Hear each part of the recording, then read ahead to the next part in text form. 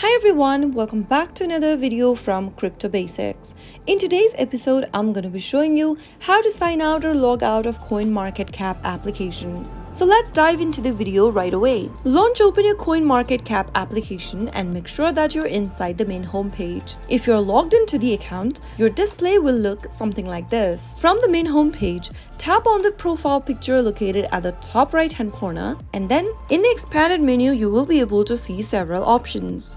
To log out of your account, tap on the log out button at the bottom of the screen. But remember that you must know the credential and the sign-in method that you chose while signing up for your CoinMarketCap account. If you do remember, you can definitely log out of your account, tap on log out in the pop-up, and you will be logged out right away. So that's how you should be able to sign out or log out of CoinMarketCap application using your mobile device. If you found the video to be helpful, go ahead and give us a thumbs up.